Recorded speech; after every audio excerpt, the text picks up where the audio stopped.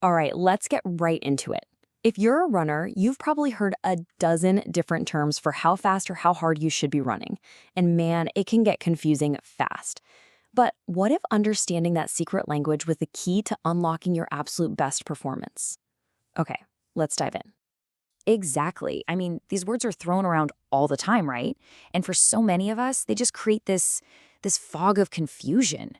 You know you want to get faster, but it feels like you need a dictionary just to understand your training plan. Well, here's the good news. We're going to cut right through all of that noise. We are going to give you a simple, clear framework to understand exactly what these terms mean and, more importantly, how to use them to train smarter, not just harder. And it all starts with the most powerful tool you already own, your body's own internal feedback system. This is the foundation, the key to cracking the code, and it's called the rate of perceived exertion. So, this is the rate of perceived exertion, or RPE for short. Literally think of it like a volume knob for the effort your body is putting out.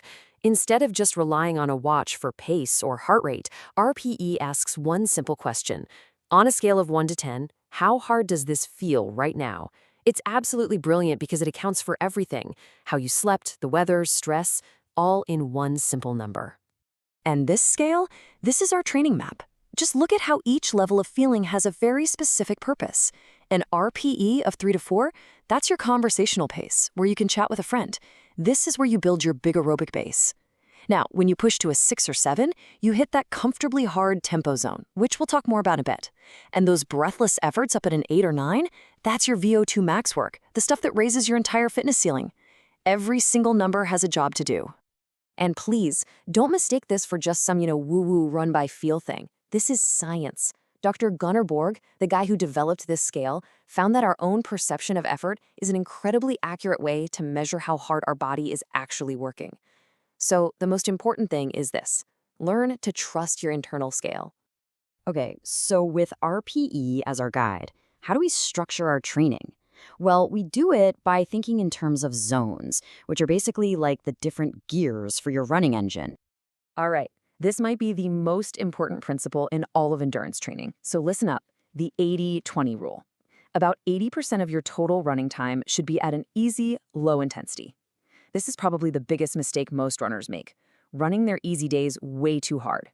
That 80% is where your body builds a massive network of capillaries and mitochondria, the real powerhouses of endurance, all without the heavy fatigue of hard training. So these 5 zones are just a more detailed way of applying that 80-20 rule. Zones 1 and 2, that's your huge 80% base. Zones 3 through 5 are your quality sessions, that's the 20%. And this is where we find workouts like tempo runs in Zone 3 and those really tough VO2 max intervals up in Zone 5. Each zone targets a different system in your body to make you a more complete, well-rounded runner. Okay, so we've got our effort scale and our training zones. Now let's put them into practice with the actual workouts you'll see in a training plan. This is where all that jargon finally becomes action. When it comes to getting faster, there are really 2 main flavors of speed work. On one hand, you have interval training. It's precise, it's structured, like run 400 meters hard, rest for 90 seconds, repeat 8 times. On the other hand, you have fartlek, which is Swedish for speed play, and it's the exact opposite. It's totally unstructured. You might run hard to the next tree, jog to the corner, then surge up a small hill, all based on how you feel. One is all about discipline, and the other is all about play. Now, the tempo run. This is the absolute bread and butter for any runner looking to get faster at longer distances. The keyword here is sustained. You get up to that comfortably hard effort, that RPE of 6 or 7, and you just hold it. It's not a sprint. It's a focused, challenging effort that teaches your body and your mind how to handle discomfort for a long, long time.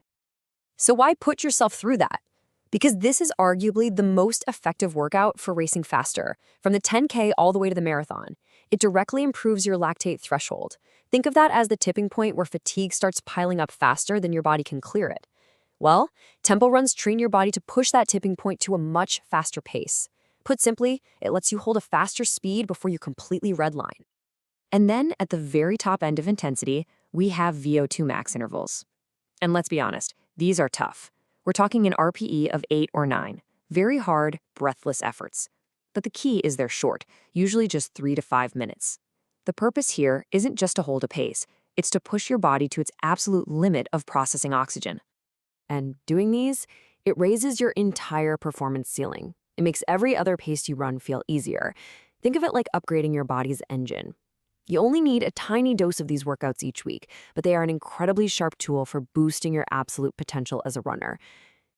So we've talked about all this hard work, tempo runs, intervals, but honestly, none of it matters without this final crucial concept. This is how all those tough efforts actually turn into real fitness. This cycle is everything. The hard workout, that's just the stimulus. That's step one. It literally breaks your body down a little bit. The real magic happens in steps 2 and 3, recovery and adaptation. When you rest, your body doesn't just repair itself back to where it was, it overcompensates. It rebuilds itself slightly stronger to handle that stress better next time. So please, hear this. Recovery isn't lazy. Recovery is training. Your easy days, your sleep, your nutrition, that is when the fitness gains you earned in that hard workout actually get cemented into your body. If you skip recovery, you're just breaking yourself down over and over again without ever building back up. So there you have it. RPE, training zones, tempo runs, intervals, and the golden rule of recovery. The secret language, well, it isn't so secret anymore, is it? You now have a map for smarter training. The only question left is, where are you going to run with it?